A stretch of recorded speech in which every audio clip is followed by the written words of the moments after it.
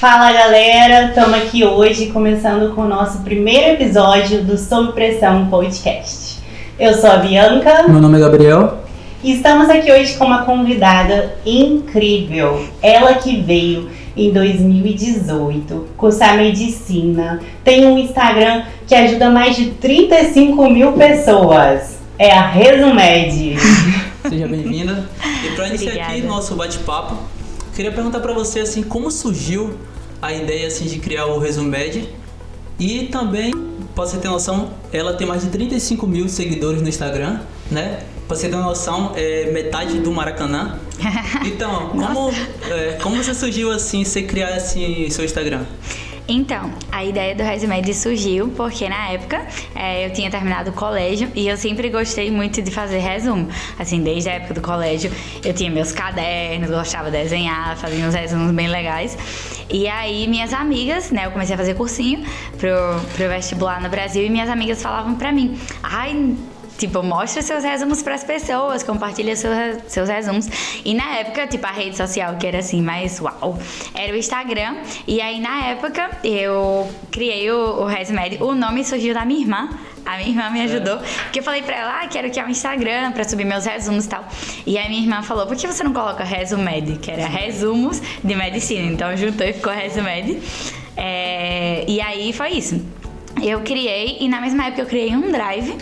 E aí, quando eu criei um Drive, eu comecei a subir todos os resumos. Então, eu postava, assim, no feed, tipo... Na época era resumo de vestibular, né? Então, era, sei lá, resumo de biologia. Aí, eu colocava lá um resumo do sistema circulatório. Bem das coisas que cobrava no vestibular. E, tipo, era com desenho e tudo. E aí, eu subia no feed e subia no Drive. E aí, deixava lá pra galera fazer download e tudo. E, basicamente, começou por causa do vestibular.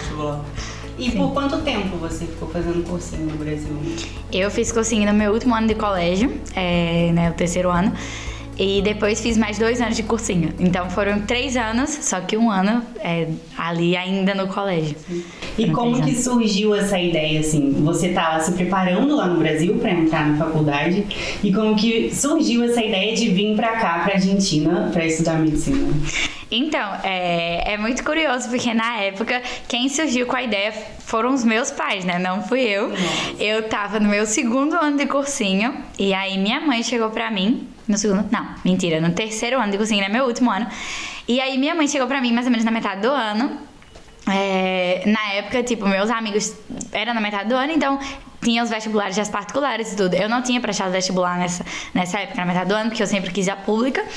E, tipo, teve várias pessoas que passaram, né? Então, tipo, às vezes te invade aquela sensação de que as pessoas estão avançando na vida, que as pessoas estão entrando na faculdade e você não. Tipo, e mesmo que eu não prestei esse vestibular específico, mas eu me sentia assim. Então, minha mãe foi me buscar no cursinho, eu tava chorando. E aí, sim. E aí ela perguntou pra mim, por que você tá chorando? Eu falei, porque... Todo mundo, tipo, eu vejo todas as pessoas que eu conheço, às vezes gente que saiu do colégio depois de mim, que passa e eu não passo, eu sinto que eu sou inútil, que eu não posso fazer nada, que eu não vou entrar, não sei o que, aquela coisa, né? Gente, só abrindo um parênteses, eu fiz um vídeo sobre isso esses dias, da questão da comparação, que é bem difícil, né, a gente não se comparar com outra pessoa, mas eu acho importante, assim, a gente vai se comparar, o negócio é a gente frear isso, não continuar com a comparação, parem com isso. Sim. E no Brasil é difícil, né? Porque a gente sabe que tem essa coisa da meritocracia, que as pessoas sempre falam que se você estudar, você vai aprovar. Porque é questão de mérito próprio. E às vezes você estuda 10 horas por dia, você abre mão de um monte de coisa e você não passa, porque só tem 80 vagas e são 10 mil pessoas. Então não tem como. E às vezes você estuda e não tem resultado, né? O seu esforço. E é muito frustrante. E aí, na época... Eu lembro que até minha irmã, nesse meu último ano de cursinho, minha irmã tinha saído da escola já. Minha irmã tava pra entrar na faculdade. Minha irmã é mais nova que eu. Sim. Então, tipo, assim, nós somos 4, né? Mas na época eram 3 adultos, 3 adolescentes pra adultos, que era meu irmão, que já tava na faculdade, eu e minha irmã. E minha irmã tava entrando na faculdade, eu não. E desde que surgiu essa ideia de você vir aqui pra Argentina, quanto tempo demorou mais ou menos desde essa decisão e até você chegar aqui na Argentina? Então, na época, quando minha mãe surgiu com a ideia, ela falou pra mim, só que o meu pai era totalmente contra eu ir estudar fora. Então eu pensei assim, Eu comecei a rir na época. Ela me buscou nesse dia, ela tava chorando. Ela falou, porque a sobrinha da minha nutricionista estuda lá, não sei o que. Daí eu falei, mãe, meu pai não quer nem que eu vá pra fazer na universidade da esquina. E você acha que ele vai me deixar pra ir pra outro país? Completamente diferente. Não. E aí eu falei, segui minha vida, né? Continuei estudando. E aí minha mãe pegou e organizou uma viagem com meu pai e trouxe ele pra Argentina. Olha que... Não, ela é esperta, entendeu? Foi a vinda, sabe? Todo o trajeto foi por causa dela. Sim. E aí ela trouxe ele pra cá. Eu lembro que na época, no primeiro dia que ele estava na Argentina, ela trouxe ele pra passear ali na Córdoba, foi no Obelisco e tudo, passou na frente da UBA e disse, olha que universidade maravilhosa. Sim. Chegou e levou ele lá e falou, olha, essa daqui é a faculdade de medicina, porque a Karen podia vir estudar aqui, não sei o quê. E meu pai tinha um conceito. Minha filha, quando ele voltou da viagem, ele chegou na minha casa, né, começou a abrir as malas, tal, tirar as coisas. E eu lembro que isso foi em setembro de 2017. E aí ele veio e pegou no meu ombro assim, olha, ano que vem a gente quer que você vá pra Uba, não sei o quê. E foi uma viagem de uma semana, assim. Então, em uma semana, ela convenceu ele. Só que aí, obviamente, eu ainda tinha que prestar meus vestibulares no final do ano, tudo. E aí eu lembro que chegou 2018, e aí na época, né, tava saindo resultados vestibulares e tal, e eu também tinha feito os vestibulares estaduais, e aí eu tava com aquela coisa da UBA na cabeça, eu comecei a pesquisar, vi todas as possibilidades que eu tinha, né, entre ficar ou vir estudar aqui, e aí eu lembro que chegou o carnaval de 2018, e meu pai falou pra mim, você tem que decidir o que você quer fazer da sua vida, pra gente ver como é que a gente vai fazer. E aí eu lembro que foi na quarta-feira, né, depois que terminou a semana do carnaval, na quinta-feira eu cheguei pra ele e falei assim, eu quero ir. E aí eu falei que eu queria ir no mesmo dia, eu perguntei pra um amigo meu, que estudava aqui, qual assessoria que ele tinha vindo. Aí ele me falou o nome, aí eu entrei em contato com o cara no mesmo dia. No dia seguinte, eu fui resolver a questão de todos, tipo, ver assim, todos os trâmites, né? Porque às vezes falta coisa do colégio e tal. E aí na segunda-feira, ou seja, 5 dias, na segunda-feira eu já fui pra Recife, que é a sede da assessoria em Recife. Sim. Levei tudo pra Recife. E isso era uma segunda. Eu acho que meu pai, na segunda mesmo, comprou as passagens pro sábado da semana seguinte. Nossa, muito rápido. Então, assim, entre eu dizer eu vou e eu chegar, eu acho que foi, 3 semanas. Então, foi uma coisa muito rápida. E na minha época, a UBA ainda tinha umas coisinhas que, tipo, era um pouco mais fácil entrar com respeito a certificado de espanhol, que não tinha esse negócio de ter que fazer UBA 21 e CBC ao mesmo tempo. Então, era mais rápido a parte da documentação, que hoje em dia a galera demora, às vezes, 6 meses, né, pra fazer tudo. Porque é isso que eu ia te perguntar, porque, assim, você decidiu e logo já veio. Sim. E o espanhol, gata, porque lá no Brasil já fala português. Mas acho que a maioria antigamente ia dessa forma, né? Sem saber nada. Sim, a gente vinha no Ola, que tal, né? Sim. Não, eu cheguei aqui assim também. Eu literalmente com o endereço num papelzinho, entreguei pro taxista e falei, aqui. Só. E aí, você chegou aqui, você teve essa dificuldade com o espanhol? Como é que foi? Fluiu rápido? Tudo. Essa questão de adaptação. Então, quando minha mãe chegou com a ideia, né? Quando meu pai, lá em setembro de 2017, falou assim, a gente quer que você vá. Quando chegou, né? Eu fiz todos os vestibulares no final do ano e eu fiquei de férias em dezembro. Aí eu falei assim, vamos começar a olhar umas coisas, assim, tipo, eu já tinha pesquisado da UBA, né? Mas aí eu comecei a olhar umas coisas de espanhol no YouTube. Mas assim, sabe aqueles vídeos do YouTube que é bem... Como saludar em espanhol? Olá! Tipo, esses vídeos, assim, bem básicos. Então, era uma coisa bem simples. Tipo, como dizer as peças de roupa. Sim. Como dizer as estações do ano. Então, assim, eu sabia as palavras, mas não sabia os conectores, não sabia falar. Então, eu lembro, assim, que eu cheguei... E eu cheguei aqui no dia 3 de março de 2018. Eu cheguei, desembarquei, aí a gente ficou no hotel ali na 9 de julho. E aí meu pai falou assim, vamos comer. E nesse dia era a hora do almoço e a gente terminou almoçando pizza, porque a gente não encontrou nenhum lugar. E a gente foi comer nesse lugar. E a gente ali passeando na 9 de julho. Eu não sei explicar, sabe? Porque é uma coisa muito louca. Eu acredito em Deus.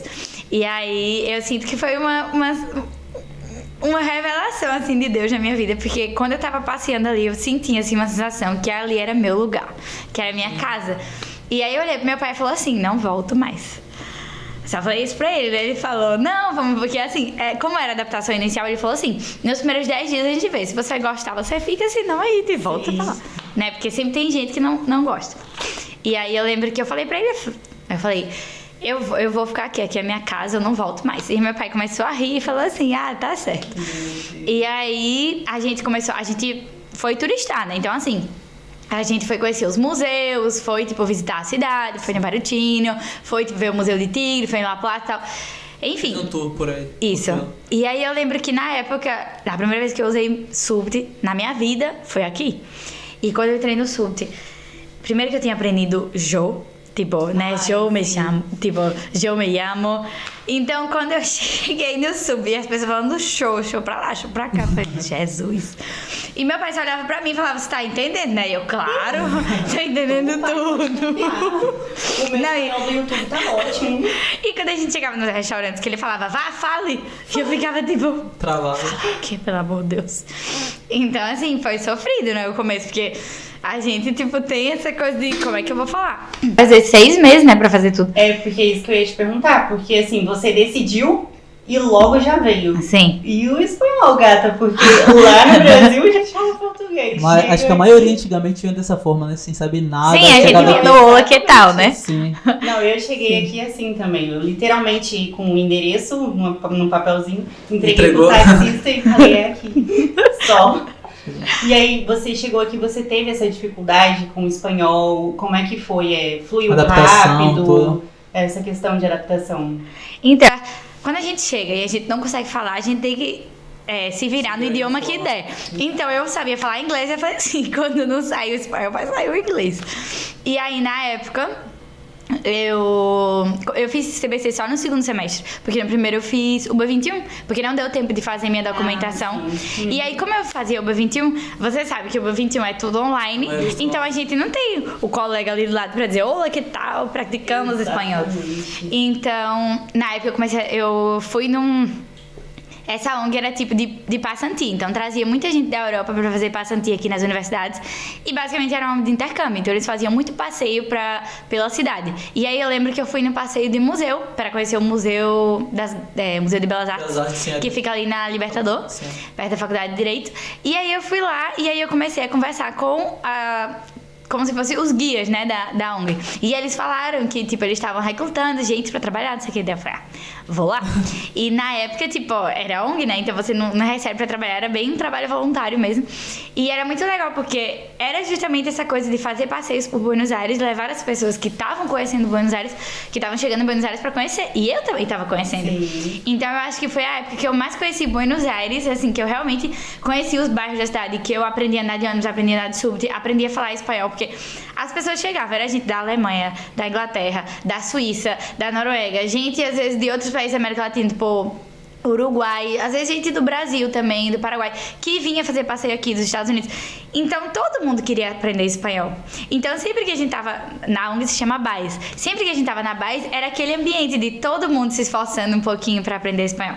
E eu lembro que na época meu espanhol ficou um pouco europeu, porque tipo, era o jeito de falar, né? Você vai se adaptando com o sotaque dos outros também. Então era um pouco travado no princípio, mas depois fui melhorando. E aí, acho que mais ou menos assim, pra, não sei, agosto, setembro, outubro, eu já era quase fluente na língua, assim. Então eu realmente falava muito. Porque você teve uma visão totalmente diferente. Geralmente os brasileiros, assim, falando no geral, a gente vem pra cá sem saber nada, tudo. Sem saber nada. E aqui tem muito brasileiro. Sim. E a gente encontra conforto nos brasileiros. Sim. Isso dificulta muito o idioma. Então isso tá muito bom, esse conselho que você tá dando, porque pra quem vai vir, gente, ó, é um ótimo conselho. Venham, enquanto estão no CBC, estudem pro CBC, obviamente, conheçam a cidade, aproveitem essa oportunidade e também aprendam o espanhol, porque isso vai facilitar muito lá na frente. Sim, porque, tipo assim, às vezes a gente acha que é uma besteira, assim, pensar que, não, mas com o portunhol eu consigo me virar. E às vezes, assim, se virar no geral você até consegue. O problema é que depois, tudo que você não fizer agora vai pesar lá na frente pra você. Então a grande questão do espanhol no CBC você não tem prova oral. você tá conhecendo a cidade. O CBC é a parte, assim, mais fácil, né, da carreira.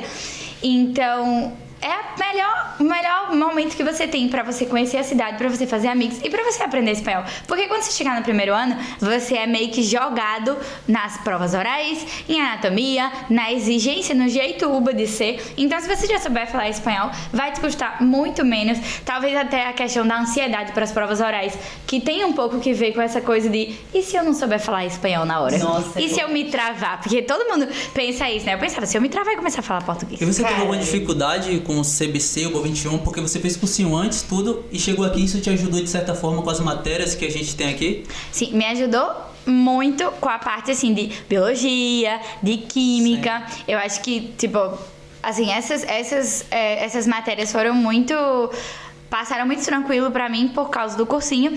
Matemática, mais ou menos, eu gostei muito da matéria, mas derivadas integrais, a gente tá vendo o Brasil, né? Cara, não, mas derivadas integrais, eu sou ruim em exatas, assim, literalmente péssima. E quando eu cheguei aqui e eu vi que eu tinha que fazer isso, eu falei assim, cara, o que eu faço? Eu queria chorar, literalmente. Eu lembro que eu catei uma folha, porque eu sou muito perfeccionista também.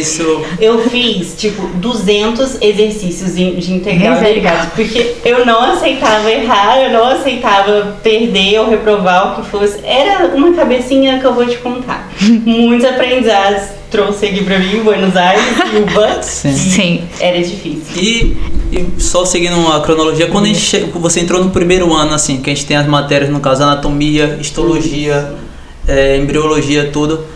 Qual foi as matérias que você sentiu mais dificuldade, assim, dessa do primeiro ano, tudo? Então, na época do primeiro ano, biologia celular. Ai, eu odiei com todas as minhas forças. Mentira! Não, odiava. Foi, tipo, a mais difícil, assim, do primeiro ano? Pra mim, foi a pior de todas. Nossa. Eu amava anatomia, amava. Meu Deus, eu ia pro CP de anato, era meu momento feliz da semana. É que você bota jaleco, você vai lá com a sua prancheta, lindo estudante de medicina, você pensa, é o mediciner, entendeu? Então você chega na faculdade tudo, ó. Não, e aqui a gente tem isso de ter o contato, pegava o osso, o preparado ali, olhando os corpos. Eu lembro que minha família falava, meu Deus, você vê aquilo, você não te dá nervoso. Porque aqui tem isso, né, que você pode, antigamente, assim como tá hoje, a gente podia ir num cemitério, no caso, com certificado, tudo, e conseguir os ossos pra estudar anatomia em casa. Sim. Era bem bom. Mas então, biologia foi o seu terror no primeiro ano. Eu odiava biologia, e o que eu acho mais curioso disso é que, assim, eu odiei biologia celular. E depois eu me tornei ajudante de uma matéria que tem muita biologia. Então, eu até fazia graça, né, com as minhas amigas na época que eu tava no terceiro, quarto ano, quando eu terminei ajudante. Eu falava, cara, eu odeio biologia celular. E na época de imuna, tipo, você começa a cursar imuna e vem logo, faz ligando tudo que você aprendeu, os proteínas de membrana, receptor, um monte de coisa de biologia, e você fica tipo... Só que assim, foi um amor à primeira vista, acho que com imuna. Mas o primeiro, assim, biologia pra mim foi a que mais me custou, tanto que foi a menor nota que eu tirei. Assim, de todas as provas, biologia foi a minha menor nota. E anatomia eu amei, embrio eu amei. Tanto que eu pensei na estudante de anato, pensei na estudante de embrio. Anatomia você fez na cátedra 1, foi? Anatomia na cátedra 1. Isso, e isto lá foca muito na clínica, né, a cátedra 1? Sim, foca muito na clínica. E na época também, tipo, a gente tinha uma plataforma a mais na cátedra 1, que era o EVEA, que é uma plataforma online. E aí, na época, tipo, o EVEA você podia promocionar, né? Era a única cátedra de anato que você podia promocionar. E as provas de promoção eram clínicas. Então, tipo, você tinha o oral mesmo de anato, que era, tipo, aquele oral que todo mundo tem igual em todas as cátedras que você vai. Tem o prático, tem o teórico. Na época, o prático era um pouquinho diferente, porque era com imagens, né? Mas, assim, o oral era igual pra todo mundo, só que... nas provas, essas provas de promoção que você tem que fazer a mais, era prova clínica. Então, você perguntava, sei lá, se, por exemplo, um paciente vai fazer uma cirurgia de um tumor na laringe, arrancou o nervo laríngeo recorrente, o que esse paciente pode ter, ou tipo, tá com disfonia, o que é que pode chegar a ter? Sim. Então, tipo, focava muito na clínica. E Splacne Neuro é muito mais clínico do que a locomotor, né? Então, assim, as provas eram melhores. Só explicando, porque geralmente a cátedra 1 focava mais em clínicas, né?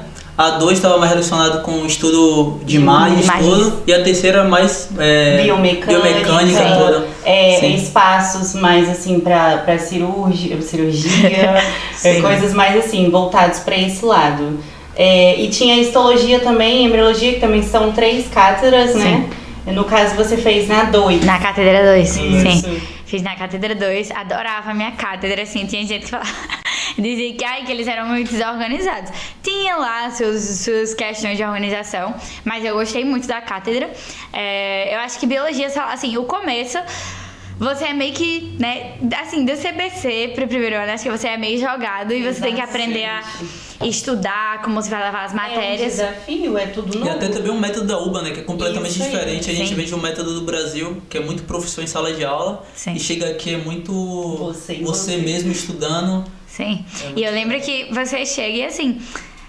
acho que até fazendo link com um pouco do que eu fazia no ResMed, eu acho que quando a gente chega assim, a gente não sabe de onde ler, de onde estudar, às vezes até para se inscrever, qual cátedra é melhor para você cursar, qual é mais organizada, qual tem as melhores tutorias. Então assim, eu acho que no ResMed, nessa época de primeiro ano, eu passava muito essa experiência de, nossa, eu tô lendo de tal livro, eu tô fazendo isso, porque na época do primeiro ano mesmo, eu comprei todos os livros, eu andava com o Carson, com o tipo de Embre, eu comprei o Carson e o Moore.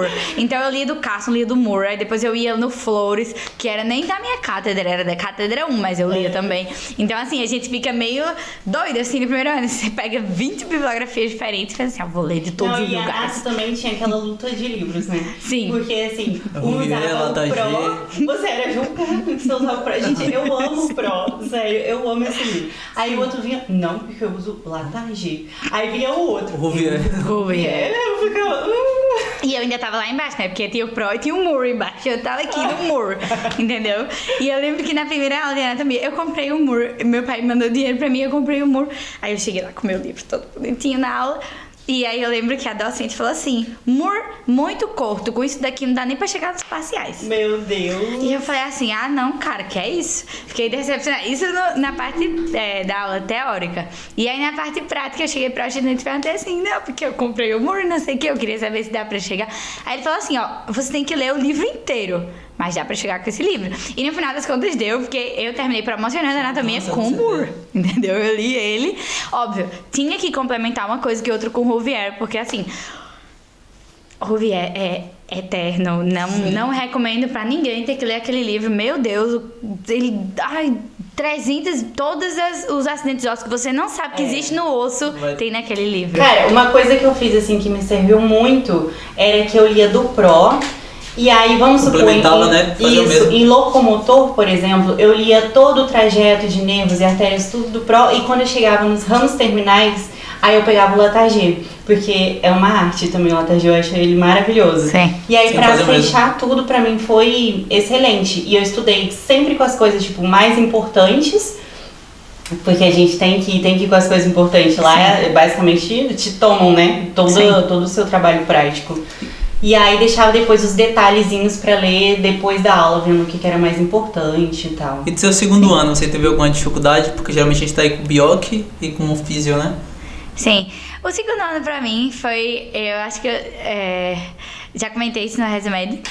O segundo ano pra mim foi o pior ano da carreira. Não com respeito ao ano da carreira em si. É um ano... De todos os anos da carreira, eu acho que é o ano mais tranquilo com respeito às matérias. E tem físio, que é uma das matérias mais gostosas de estudar, acho que da carreira. Então as matérias em si foram muito boas. Mas o segundo ano veio carregado com uma peso emocional pra mim. Porque na época do primeiro ano, minha avó descobriu que tinha câncer, a mãe da minha mãe. E aí, na época, é muito difícil que eu vá pro Brasil na metade do ano de férias, porque também a UBA, né? A gente nunca tem férias de verdade na metade do ano, ou quando a gente tem uma prova depois, final, tá? Um final, uma prova, um parcial. Então, assim, é umas férias que eu tenho que estudar. E aí, eu lembro que na época eu tinha prova de setembro, a primeira prova de setembro, quando, sei lá, as férias terminavam um domingo, a prova era segunda. E eram 2 semanas. Na época eu fui uma semana pra ficar com a minha avó, que a gente descobriu mais ou menos em maio. Então as férias foram em julho, e aí eu fui em julho, né? Passei uma semana lá. E aí, quando chegou No final do ano, né, como eu tava pra promoção nas matérias de primeiro ano, eu, tipo, dei um gás, assim, coloquei a fúria que todo mundo fala aqui. Pra ter férias, não tá? Pra promocionar, porque eu sabia que se eu promocionasse, eu ia ter essas férias bem largas, né? Porque, assim, com os finais de primeiro ano, a gente chega até mais ou menos 20 de dezembro rendendo. E promocionando, você chegava no 20 de novembro, você já tava de férias. Então, eu promocionei tudo, e aí eu acho que no 29 de novembro eu já viajei. E aí eu passei 2 meses de férias, assim, que foram as últimas férias que eu tive a oportunidade de ficar com a minha avó. Porque veio 2020. E aí veio 2020, eu voltei pra cá, acho que em fevereiro de 2020, né? Fim de janeiro, aí começo de fevereiro. E aí começou as aulas de UBA em março. Só que aí veio a pandemia. Então veio a pandemia, ficou tudo fechado. E aí ficou tudo fechado, meus pais tinham vindo pra cá. É que realmente foi uma pandemia, né? Todo mundo ficou aí sempre deixando de casa, todo. A gente ficou todo mundo bem encerrado, né? Que fala aqui. E aí eu lembro que meus pais tinham vindo pra cá pro meu aniversário, né? Que é em março. E dia 18 eles voltaram. E fechou as fronteiras dia 19. Então meu pai falou assim, você não quer vir com a gente pro Brasil? Daí eu falei, não. Porque todo mundo pensava que a pandemia ia passar assim, né? 15 dias a UBA anunciou. Então eu pensei, daqui a 15 dias volta as aulas. Aí depois fechar a fronteira eu vou estar presa lá no Brasil. Não, melhor ficar por aqui. E aí eu terminei ficando, só que aí, bem nessa época de março, a gente descobriu as metástases, né? O câncer metastasizou, no caso a minha avó, e aí ela faleceu em maio. Então, assim, pra mim foi muito difícil porque você tem toda a sua família no Brasil, tava a pandemia, meus pais, no caso meu pai, né, tem fator de risco, um dos fatores de risco, né, que meu pai tem diabetes, pra Covid, então assim, eu tinha medo dele pegar Covid, eu tinha medo, quer queira ou quer não, minha irmã na época já trabalhava, então assim, eu tinha medo de minha irmã sair pro trabalho e passar Covid pros meus pais, e também minha mãe tava muito mal por causa da coisa da minha avó, né, por causa do falecimento da minha avó, e na época eu consegui voo de repatriação, e eu cheguei a passar 2 meses no Brasil, depois eu voltei pra cá em julho, mas assim, foi um período muito difícil, porque o segundo ano, apesar de que a gente tem poucas provas, as provas caíram exatamente quando minha avó faleceu. Nossa. Então, era lidar com toda essa dificuldade emocional, lidar com, tipo, o medo dos meus pais terem Covid, ou das pessoas da minha família, dos outros avós que eu tinha, né, alguém chegar a falecer, ou também os meus irmãos, né, porque meus pais tiveram Covid, minha irmã teve Covid, meus irmãos tiveram Covid, e nessa época eu já estava aqui, em todas as infecções por Covid deles, eu estava aqui. Então, foi um ano muito difícil pra mim. E também, quando chegou na metade do ano, o pai de um dos meus melhores amigos faleceu também de Covid. Então, assim, foi um ano muito pesado pela pandemia, pela distância da família, pelo falecimento da minha avó. E, assim, eu lembro que a gente perde um pouco a vontade de estudar, né? Porque você tem que estudar, às vezes você chora, às vezes você tem que estudar. Porque, assim, é uma das coisas mais difíceis, talvez, que eu vou dizer no dia de hoje, nesse podcast. Mas, assim, durante a carreira, a gente vai ter muitos problemas. Problemas que às vezes não tem nada a ver com os estudos. Problemas que tem a ver com a família da gente, com um namoro que a gente tem, com os amigos da gente, com a gente mesmo. Às vezes, né, tem gente que tem... A gente sabe que o índice de depressão dentro da faculdade de medicina é muito grande. Então, assim, tem muita gente que enfrenta depressão na carreira. E, às vezes, é muito difícil você enxergar o continuar, né? Você enxergar eu tenho que seguir. E às vezes a única coisa que você tem pra se agarrar é justamente que você tem que seguir. Porque assim, vão vir muitos problemas, muitas situações na carreira que às vezes é difícil você pensar assim, mas eu tenho que seguir. Só que se você não tiver força, e às vezes você não tirar força dentro de você mesmo pra seguir, você nunca vai alcançar aquele objetivo que você quer. E é difícil, ninguém vai dizer pra você que é fácil, porque assim, é muito difícil você estudar nesse contexto de, nossa, faleceu alguém, eu tô chorando, mas eu tenho que juntar a força de onde eu não tenho pra estudar. É verdade. Mas é aquela coisa, é a vida, né? Cara, mas isso é, assim, uma sabedoria emocional incrível que você teve. Porque você soube administrar suas emoções e ainda soube lidar com faculdades, claro, conseguir com a sua faculdade e com suas responsabilidades. E é muito lindo você trazer isso aqui agora, porque eu até conheço pessoas que passaram pela mesma situação que você, e para essas pessoas, gente, parabéns para todos, vocês são incríveis. Isso para mim é um aprendizado também que eu levo pra minha vida, que se um dia acontecer alguma coisa desse tipo assim comigo, é vocês que eu vou ter como exemplo. Parabéns. Depois disso tudo ainda, você conseguiu vir pra cá, no caso iniciou o 3º ano, né? Isso. E a gente viu lá que você começou o 3º ano, você conseguiu fazer 6 meses do 3º ano. Isso. E como você conseguiu fazer isso? Então, chegou no final do segundo ano aí, veio aquela coisa de pedir as matérias de verão, né? E aí eu dei todos os finais. Já fica a dica aí pra todo mundo, não colgue o final de físio. Não só porque depois vai te perseguir, mas porque... Sim, porque se você der o final de físio, se você der todos os finais do primeiro e segundo ano, normal, e também fizer... saúde mental ou bioética, chega no final do ano, no final do segundo ano, quando você vai pedir as matérias de verão, é mais fácil te assignarem, né? Porque você tem mais finais, porque a cota é 5 pra imuno e fármaco no verão. E aí eu pedi imuno aí nesse final de ano e me deram. E aí a cursada começou acho que em fevereiro. E aí eu sou muito parecida com você nos estudos, então assim, eu sou muito metódica, muito organizada, eu gosto de ter as coisas perfeitas, então assim, imuno começou dia 2 de fevereiro, eu comecei a estudar dia 20 de janeiro, e eram 13 TPs, são 13 trabalhos práticos em imuno, eu comecei com 8 já estudados, então assim, eu já tinha feito, sim, eu já tinha resumido metade da matéria, já tinha visto seminários, já tinha feito resumos, já tinha comprado livro do Geffner, tipo, eu realmente comecei a estudar antes, porque eu falei assim, eu quero aprovar, quero fazer terceiro em 6 meses. Gente, eu antes, enquanto não começam as aulas, eu tô assim... Férias até? Não, semana que vem eu me preocupo. Não, na outra semana. Não, eu geralmente também tenho esse pensamento. Mas como eu queria fazer terceiro em 6 meses, todo mundo sabe que a gente escuta muita coisa, né? Então a galera dizia, não, mas é muito difícil, horrível fazer terceiro em 6 meses. Então eu pensava, tem que me virar nos 30 aí pra conseguir fazer. E eu lembro que logo nesse finalzinho, o que me deu um pouquinho também foi um surto, né? Começar com a metade da matéria já estudada. Porque eu lembro que na época era tudo choice. E aí nessa época o Jorge, né, que é o chefe da cátedra, lançou um instrutivo dizendo que ia ser tudo oral. Então assim, a cursada começava dia 1 e dia 5 já tinha oral.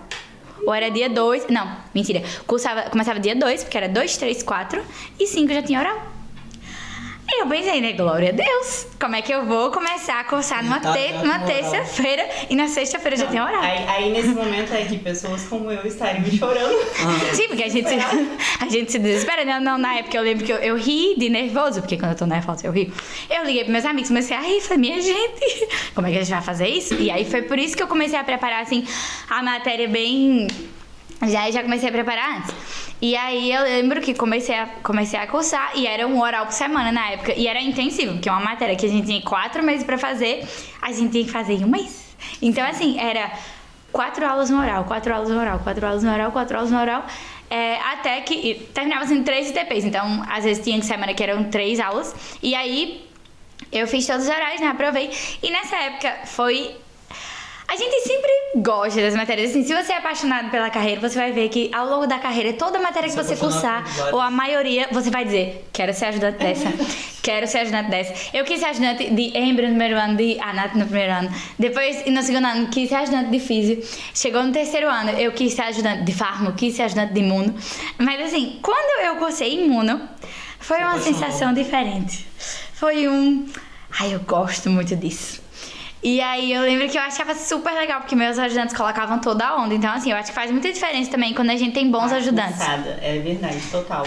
Quando eles colocam assim, essa... Fica mais leve, né? Sim, fica mais leve, você desfruta mais do trabalho prático. Porque eu acho que o primeiro ano, com respeito aos outros anos da carreira, tem essa diferença que no primeiro ano eu acho que você não se sente muito acolhido nos trabalhos práticos. Pelo menos eu não me sentia no Gianato. E apesar de que a Cátedra 1 tem muitos bons ajudantes, mas assim, é uma coisa muito mais... Me fale como é que é a posição anatômica desse osso. Me diga isso daqui. E isso daqui como é que é. Então eu acho que é muito mais imperativo. Já no terceiro ano é tipo... Vem cá.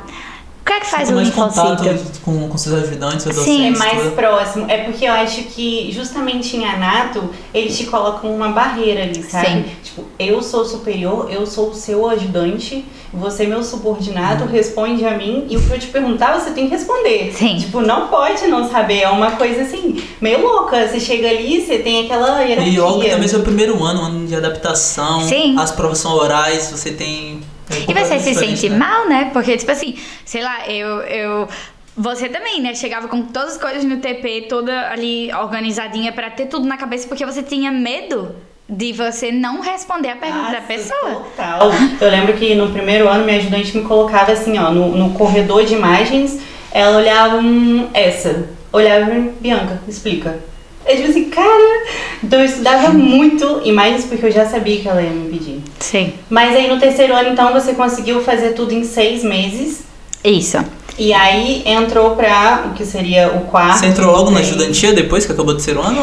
Não, eu fiz imuno aí no verão e aí eu queria entrar na ajudantia, né? Me decidi pela ajudantia depois. Só que aí, na época, me falaram assim, ó, a ajudantia de imuno só abre na metade do ano. Então eu pensei, vou cursar o resto do terceiro que me falta e aí, na metade do ano, eu vejo se eu quero fazer ajudantia ou não.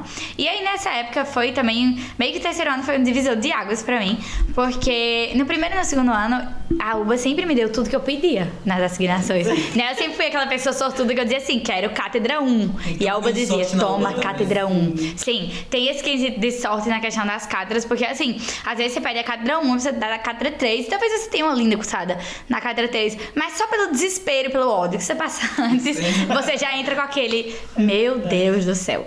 Então assim, no primeiro e no segundo ano, todas as cátedras que eu pedi, os horários que eu pedi, a UBA me deu. Quando chegou no terceiro ano, também tinha me dado imuno, então eu pensei assim, chegou na época das assignações, eu pedi lá fármaco na cátedra 3, que eu queria, pedi micro na cátedra 2, pedi, pato era a cátedra única, né? Sim. E aí saiu a assignação, fármaco 2, com 10.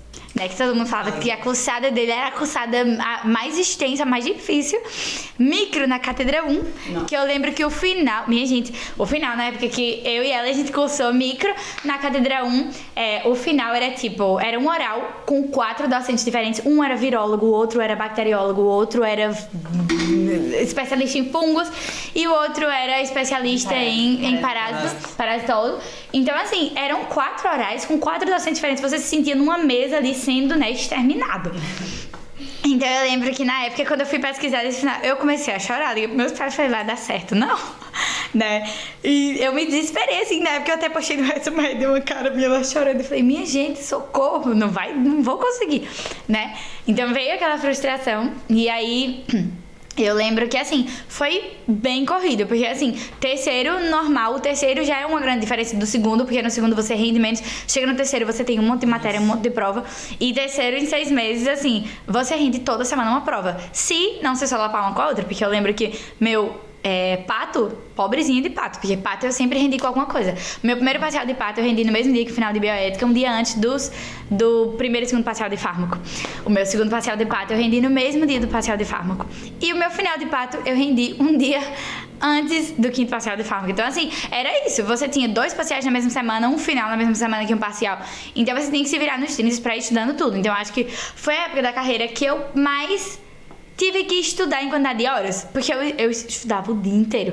E o que ajudou, pasmem, porque a gente às vezes acha que a pandemia não ajudou, assim, na questão dos estudos, mas nessa época o que me ajudou foi em pandemia, porque era videoaula, então você não tem o tempo do ônibus que você vai ter que tomar até a faculdade, entendeu? O tempo que você chega antes no TP, que você tem que estar lá, que depois você vai ter que voltar pra casa. E o cansaço também.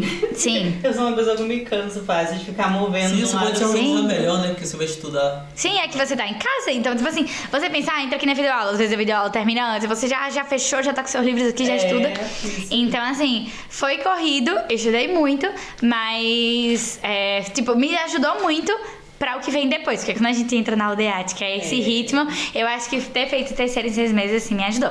E aí, quando chegou na metade do ano, eu rendi todos os finais, colguei o final de micro 1, já fica de dica, colguei o final de micro 1. Gente, mas quem não deixa esse final passar, sério? Não, sério, micro 1 e micro 2 é aquele que a gente faz, só vai levando até onde der. Deve ser iniciou ajudantia, no caso. Sim, aí eu fiz a prova da ajudantia, na época, e eu lembro que foi muito engraçado, porque assim... Na época, sabe que as ajudantias têm uma data que você pode se inscrever. E aí, eu me foquei, né, nos meus finais de terceiro e quando eu vi, já tinha passado a data de me inscrever na ajudantia. Eu me desesperei e tinha passado assim, não tinha passado de um dia, tinha passado de uma semana, entendeu? Já tinha, sei lá, uns 8 dias que tinha passado a data. E aí eu descobri o e-mail do Jorge, do chefe da minha cátedra, que eu sou ajudante, descobri o e-mail do Jorge, mandei mensagem pra ele. Eu lembro que na época, quando ele colocou o postzinho no Facebook sobre se inscrever na ajudante, era A gente quer estudantes que tenham muito entusiasmo com a matéria de imunologia, que gostem, que queiram dar aula. Então eu mandei um e-mail pra ele dizendo: Jorge, eu sou apaixonada pela matéria, eu tenho muito entusiasmo de ser docente. Por favor, me aceita. Por favor, me dê essa oportunidade. E aí eu lembro que ele me respondeu, assim, foi lindo, porque eu acho que em 1 hora, 2 horas ele já me respondeu, falou assim: você está escrito na história na escola de ajudantes, queremos docentes com entusiasmo. Bem-vinda. Ai, mas ele é um canto, né? Não, o Jorge é assim. Eu acho que foi o melhor docente que eu conheci na faculdade de medicina. É a pessoa mais humana que eu conheci, assim. Ele é bem aquele gente como a gente, sabe? Ele tem um monte de artigo publicado. Ele é simplesmente, assim, a pessoa mais gênia na área dele. E ele continua sendo aquela pessoa que diz pra você não chamar ele de doutor e chama de Jorge. E que aprendizado, assim, a ajudantia trouxe pra você, que você serviu como estudante também? Então, eu acho que como... Na sua vida, no caso. Como ajudante, eu sempre gostei de dar aula, eu sempre gostei de ensinar, assim. Então eu acho que como ajudante você termina vendo que, assim, você tem que dar o seu melhor, ou pelo menos eu sentia isso, né? Que você tem que dar o seu melhor pelaquela pessoa que tá ali na sua frente. Eu sempre fui aquela docente que explica. Então, assim, eu acho que eu saio um pouco da linha da UBA de docente que faz mais perguntas, porque eu sempre explico muito para meus alunos. E com as minhas amigas, porque em Imune a gente dá mesa entre vários ajudantes, né? Então, eu dou mesa com 2 amigas. E a gente sempre dizia: não vamos explicar tanto, vamos perguntar mais. E a gente chega pros alunos e faz: o linfocito, então, o linfocito vem aqui, tem a antogênese, assim, então a gente termina explicando tudo. Então eu acho que como ajudante, o aprendizado que eu tive foi que às vezes as pessoas não vão chegar estudadas no TP, não porque elas não quiseram estudar ou porque elas são vagas, né, que às vezes as pessoas falam aqui, mas às vezes porque a pessoa é casada, tem filhos, às vezes é porque a pessoa cursa o dia inteiro, porque a pessoa trabalha o dia inteiro. Então nem todo mundo vai chegar com o conteúdo lido.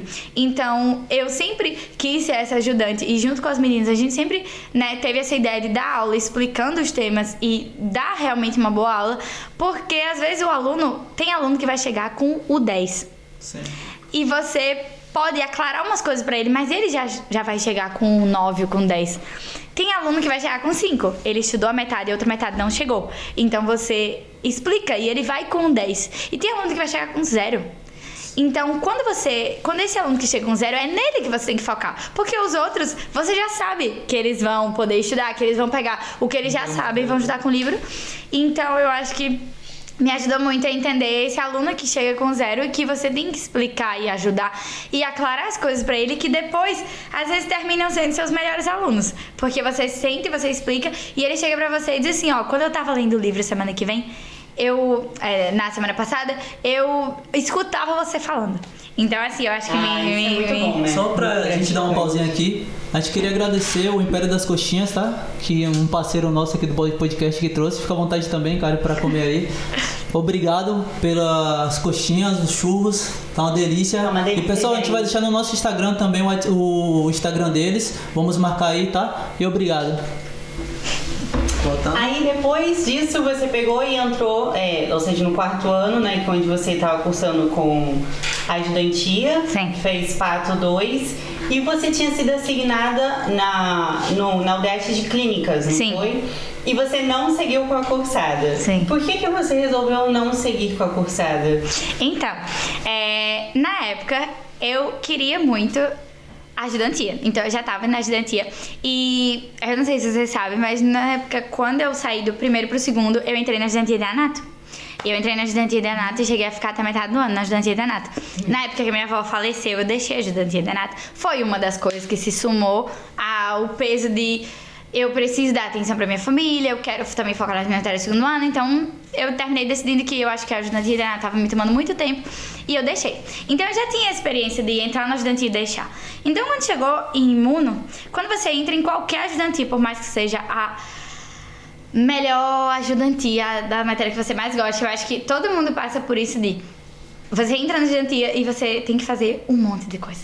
Você tem que fazer um monte de trabalho. As ajudantias têm provas. Então você tem que fazer prova oral na ajudantia, tem que entregar trabalho, tem que fazer apresentação. Então, assim, eu acho que, por mais que você esteja super entusiasmado com a matéria, tem essa questão de como conciliar a ajudantia com as minhas matérias. né? Porque a gente vê que tem muita gente às vezes que se atrasa na carreira, então eu nunca quis me atrasar na carreira por causa da ajudantia. E aí na época de imuno, eu entrei na ajudantia e eu queria muito, eu amava minha ajudantia. Só que aí na época, ainda tava na pandemia, então eu entrei na UDH do Clínicas e era tudo virtual. Sim. Semiologia é muito difícil ter semi-virtual. Então, assim, eu acho que todo mundo que entrou na época de 4 anos, até mesmo o Pato, que não era tão, tão prática, mas valia a pena você ver microscópio, ver os preparados. Eu acho que a gente já perdia um pouco de ser virtual. Então, como eu entrei na UDH do Clínicas, tinha muita gente, não dava pra fazer tantos práticos. Então, assim, era tudo virtual. Então, eu lembro que eu cheguei a começar ler uma coisa que outra, mas assim, com 3 semanas eu dei de baixo. Então eu não cheguei a, tipo, sentar e cursar. Eu fui pra um prático que outro, mas aí eu não, assim, a única coisa que eu cheguei a ver foi cardio. E aí, na época, eu falei, não, eu quero cursar sêmio num hospital que eu queira, porque a UDS do Clínicas não era minha opção, não era né, uma das minhas primeiras opções. Então, eu dei de baixo, porque realmente eu queria cursar sêmio numa cursada, assim, de hospital. E também porque eu achava que, por ser virtual, eu tava demandando muito tempo. Eu tinha que demandar muito tempo pra suprir essa necessidade de não ter prática. Então, eu ia ter que fazer guarda por fora, eu ia ter que ver um monte de coisa, assim, por conta própria. Mas tá na ajudantia, dar o final de micro 1 que eu tinha colgado, porque voltou pra me perseguir. Eu tinha que dar o final de micro 1, porque só pode dar o final de sêmio com o final de micro 1. Cursar micro 2, cursar pato 2 e fazer ajudantia. E aí eu falei assim, não, é hora da gente dar uma freada, porque como eu vinha de pisar no acelerador, assim, bem intensamente, com o terceiro em 6 meses, eu falei, não, agora eu quero desacelerar. Então, eu dei de baixa da UDH do Clínicas, e aí foquei na minha ajudantia, foquei em micro 2, foquei em pato 2, e foquei em estudar pro final do micro 1, né, que eu tinha colgado aí. E aí, basicamente, foi o meu segundo semestre de 2021, foi isso, foi a ajudantia, e assim, eu acho que de todas a minha semana, o que eu mais fazia era estudar pra ajudantia de imuno. E depois você escolheu o Milstein, né, que você tá? Sim. Depois, quando chegou, né, passei todo esse 2021, chegou 2022, e aí, na época, eu não queria... O Milstein não era a minha primeira opção, era o Hospital de Churuca. Nossa, porque no ano anterior, o Churuca era a minha primeira opção. E aí eu lembro que... o Churuca abre também no início do ano? Então, o Churuca abria metade do ano e princípio do ano. E aí, justamente nesse princípio do ano, não abriu. Então, minha lista de hospital tava: primeira opção, Churuca; segunda opção, Milstein; terceira opção, Muniz. E aí, quando lançou a lista de hospitais que abriu a inscrição da UDH, não abriu o Churuca. Então, eu pensei, falei com a minha melhor amiga, porque eu tenho uma melhor amiga que a gente brinca que nós somos almas gêmeas, né? A gente vem fazendo a carreira todas juntas. Desde o primeiro ano, a gente se conheceu no primeiro dia de embrio. E a gente vem, assim, fazendo todas as matérias juntas, todas as cátedras, todas as cursadas, tudo juntas, né? Então, assim, pra quem ainda não tem seu faco amigo, vocês têm que encontrar seu faco amigo, seu faco marido, que a gente fala, né? Faco marido, faco esposa. Porque, assim, é aquela pessoa que vai fazer todas as matérias junto com a gente, que vai dar o aguante, que quando a gente disser assim, eu não vou conseguir, essa pessoa vai dizer, tu vai conseguir sim, a gente vai fazer essa prova. Ela vai pegar no seu braço, vai lhe arrastar pra fazer prova junto com você. Eu, graças a Deus, tenho não só uma, como umas 3 agora no momento, que estão sempre me agarrando pelo braço, pelos cabelos, pela roupa e me levando. Porque tem horas que é muito difícil, né, cara? Sim, é que tem horas que a gente fala, cara, eu não consigo mais. E agora nas cortitas, eu não sei se você sente isso, mas as cortitas sempre tem aquela coisa. Comecei uma cortita, odeio essa cortita. E teu faco marido, tua faco esposa, tua melhor amiga faz, eu gosto dessa. Então quando você fala, eu não quero estudar isso, ela fala, tu vai estudar isso sim. E aí a gente se faz aquela simbiose e a gente consegue. Sim, exatamente. Não, eu sou muito... É a nossa rede de apoio daqui, né? Porque eu fui a que gostei de dermato. Ai, meu Deus. Eu lembro toda a minha UTH, todo mundo, nossa, dermato, não sei o que. O professor perguntava, gente, vocês têm que saber as que vocês não querem fazer. Todo mundo, dermato, não quero, dermato. E aí, quando chegou, eu primeiramente paguei minha língua, porque eu também falava que eu ia odiar, que eu não queria, não sei o que. E minhas amigas odiando, eu, não, gente, calma. Vamos tirar a parte mais linda da matéria. O que vai servir para cada uma, se vocês não forem dermato em qualquer ramo que vocês sigam, porque nem eu sei se eu vou ser, mas a gente foi vendo sempre, em todas as matérias, a gente tenta tirar a parte mais bonita, mais útil e seguindo, isso é maravilhoso, é muito bom mesmo. Aproveitando que Bianca entrou nesse tema, Antigamente você queria neuro, né? Sim. E hoje em dia você tá o quê? Mais tendendo a cardio? Como tá? Como você tomou essa decisão? Eu justamente ia falar disso. Você falou que esse negócio paga a língua na carreira. A gente paga muita língua, porque assim, eu entrei na carreira querendo neurocirurgia. E assim, eu tinha certeza que eu ia ser a próxima Amelia Shepard. Entendeu? Eu dizia assim, eu vou ser neurocirurgiã. E aí, o primeiro ano, neurocirurgia. Segundo ano, neurocirurgia. Terceiro ano, neurocirurgia. Chegou em sêmio...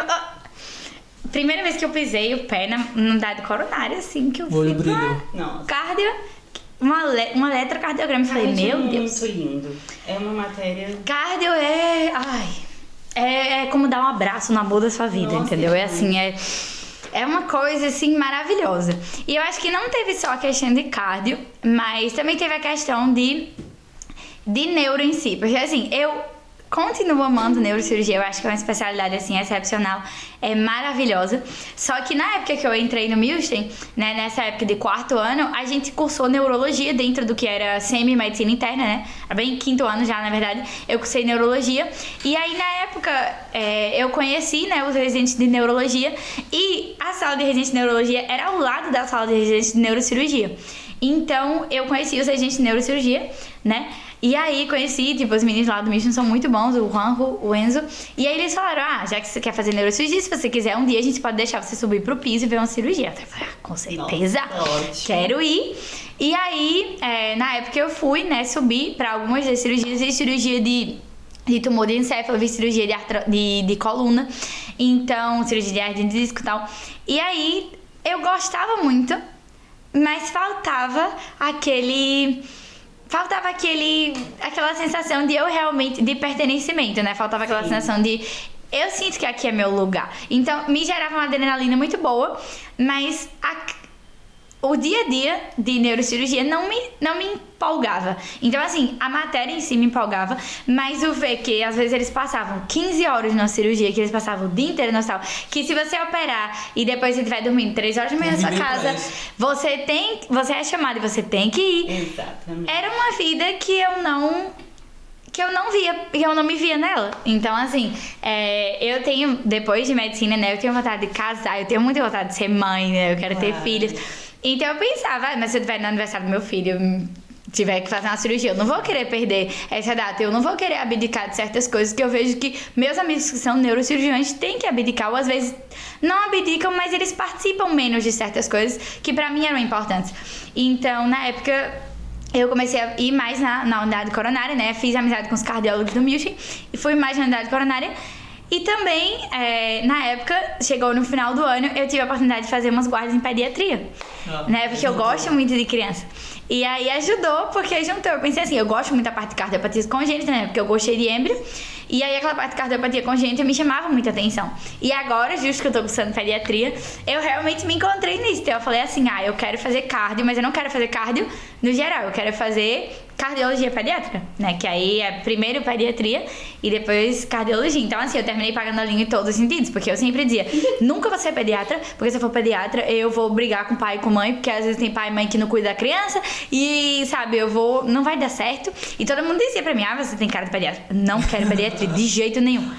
E meu pai sempre falava, você vai ser cardiologista? Não, que cardiologista, que eles vê aqueles traços lá da eletro. Não é pra mim, eu quero ser neuro. Então eu acho que toda vez eu brigava assim com todo mundo que dizia pra mim que eu ia ser qualquer coisa menos neuro.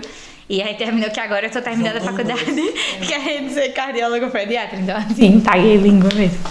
E aí lá no Milstein, eu descobri esses dias que eu achei muito interessante, que vocês têm essa possibilidade de cursar como se fosse junto, né? Semiologia com medicina interna. Sim. E aí vocês acabam terminando mais rápido. Gente, isso eu achei incrível. Eu não sabia dessa possibilidade. Tá aí também uma dica, né, pra quem quer às vezes terminar a carreira mais rápido. Além de você avançar nos 6 meses, fazendo o terceiro ano em 6 meses, quando você escolher o seu hospital, também tem a possibilidade do Milstein, que acaba avançando um pouquinho mais o processo. Sim, e também acho que os hospitais em gerais que tem de tarde, por exemplo, o hospital...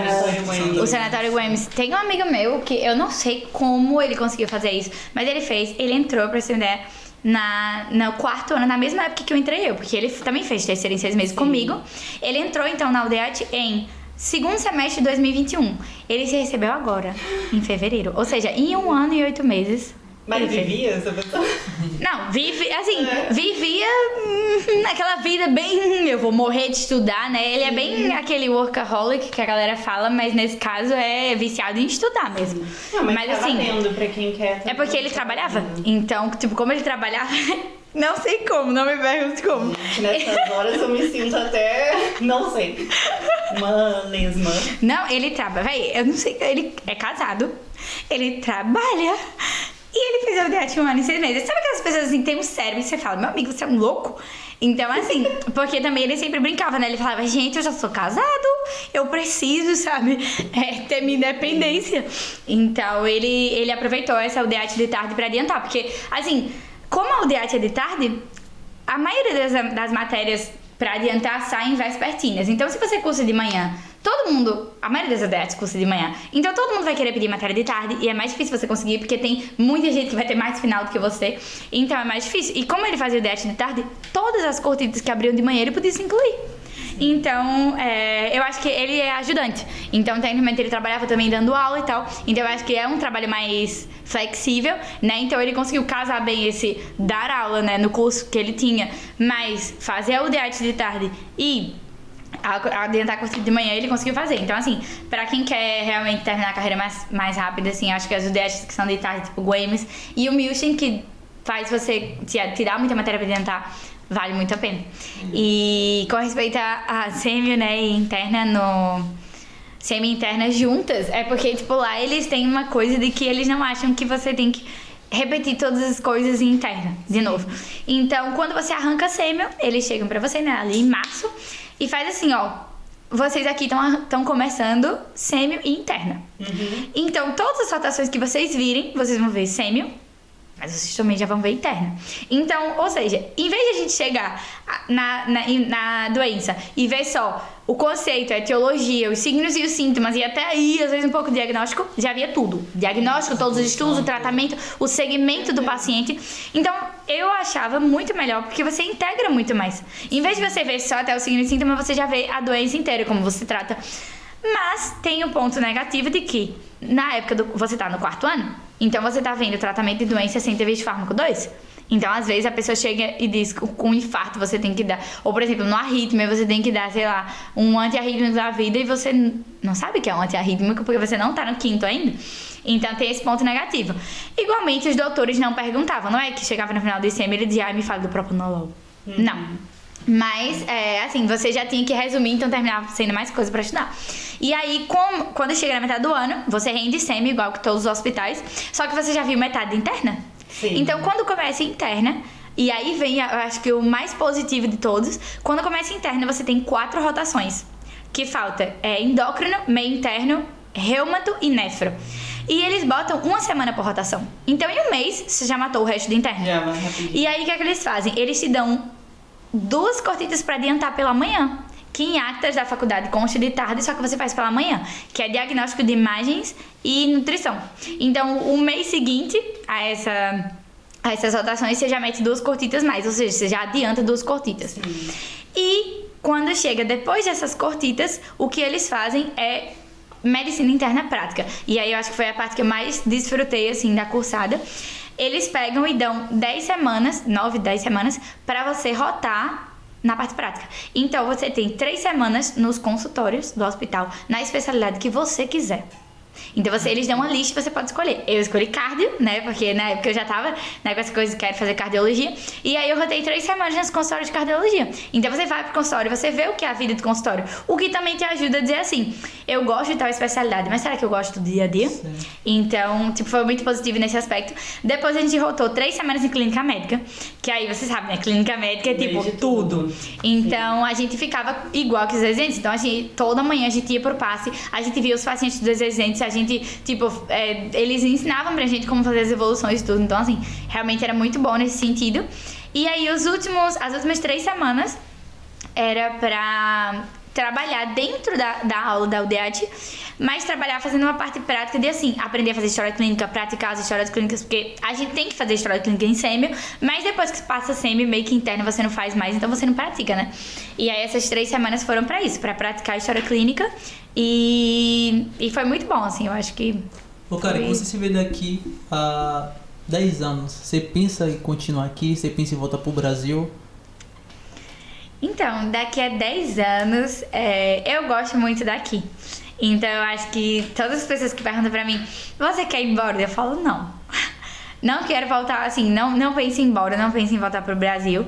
Porque eu sinto que é muito, assim, por mais que a gente se adapte fácil, tem gente que se adapta mais fácil, mais difícil, mas eu acho que por mais que você se adapte fácil, requer uma adaptação muito grande você viver em outro lugar. Não só pelo idioma, mas também porque a comida é diferente. Por exemplo, eu não como carne, eu era vegetariana. Hoje em dia... Nossa companhia aqui. Hoje em dia eu como, por exemplo, sushi. Então eu deixei de ser vegetariana, né? Mas eu como muito pescado, mas eu não como carne. Então, assim, que nem ela falou, né? Acho que ser jogada na capital da carne, na capital da América Latina da carne, é uma mudança muito grande pra você. Então, assim, eu acho que a comida é diferente, o jeito deles de comer, que a gente no Brasil, a gente come, sei lá, por exemplo, um peixe com purê, com arroz, com feijão. E aqui é batata e frango. Batata e peixe. Então, tipo, são duas coisas que você tem. Então, eu acho que essa adaptação da culinária e também adaptar ao jeito argentino de ser, ao jeito uba de ser, né? A questão, sei lá, da burocracia argentina, que é uma coisa bem complicada. Então, eu acho que, assim, foi uma adaptação que terminou sendo boa pra mim, mas eu me adaptei tão bem e eu gosto tanto daqui que às vezes eu fico pensando, por mais que a Argentina tenha suas coisas negativas, eu gosto muito daqui e eu me vejo vivendo aqui perto da minha casa, assim. Sim, perto da minha casa, assim, tem vários parques. E aí, toda vez que eu passo pelos parques, assim, eu tô voltando ao hospital, sei lá, de tarde, 4, 5 horas da tarde, eu vejo os pais e as mães argentinas com as crianças no parque. Então, assim, eu realmente tenho esse pensamento, meu Deus, daqui a 10 anos eu quero estar de tarde no parque com as minhas crianças, com os meus mini argentininhos, brincando no parque, assim. Então, eu realmente me vejo muito aqui.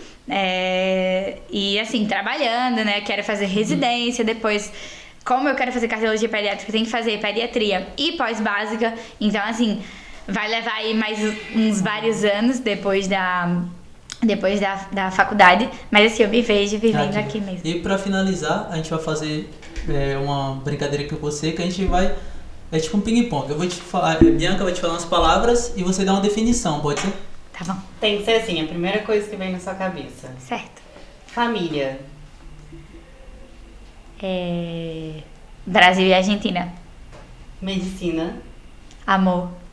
Um livro. Um livro. Day Tripper. Acho que foi um dos melhores livros que eu já li. Um hobby. Crochê. Que legal. E se você pudesse escolher alguém para tomar um vinho, quem seria essa pessoa? Qualquer pessoa do mundo. Qualquer pessoa do mundo? Sim. Ai, meu Deus. Essa é muito difícil. Qualquer pessoa pra tomar. Pode ser um cantor, um ator, não sei, um escritor. Alguém que te inspire. Sim. Ou alguém da família, não sei. Alguém que me inspire. Supressão. Eu acho que se eu tivesse que escolher uma pessoa pra tomar um vinho, que é uma das pessoas que mais me inspiram, eu acho que seria meu pai. Meu pai, ele é uma pessoa que... Ele sempre, eu acho que todas as coisas, assim... Todo o jeito de ser que eu tenho de estudar, de nunca deixar de focar nos meus objetivos e sempre acreditar em mim veio do meu pai. Porque meu pai sempre falava pra mim, desde criança, desde que eu me entendo por gente, sempre que eu queria fazer uma coisa, por mais difícil que fosse, meu pai sempre dizia, se você não acreditar em você, você não vai fazer. Então, acredite em você, acredite que você pode. E eu acho que uma coisa que ele disse pra mim, que já fica de conselho pra todas as pessoas, seja surdo pros comentários negativos das outras pessoas. Porque as pessoas sempre vão dizer pra você que você não pode fazer, que você não vai chegar lá, que é muito difícil. E assim, você tem que ser surdo pra esses comentários. Você simplesmente tem que acreditar que você é capaz de fazer isso e fazer isso. Porque também não adianta a gente achar que as coisas vão cair do céu se a gente não estudar, se a gente não trabalhar duro, se a gente não acordar cedo pra estudar, se a gente não pegar os livros e ler, se a gente não der o melhor da gente, né? Pra chegar no extraordinário, a gente tem que ser extraordinário. Maravilhoso. É isso aí, galera. Muito obrigada por quem assistiu até aqui. E aqueles que perderam vai estar gravado e a gente vai subir esse vídeo no YouTube. Até o próximo. Tchau.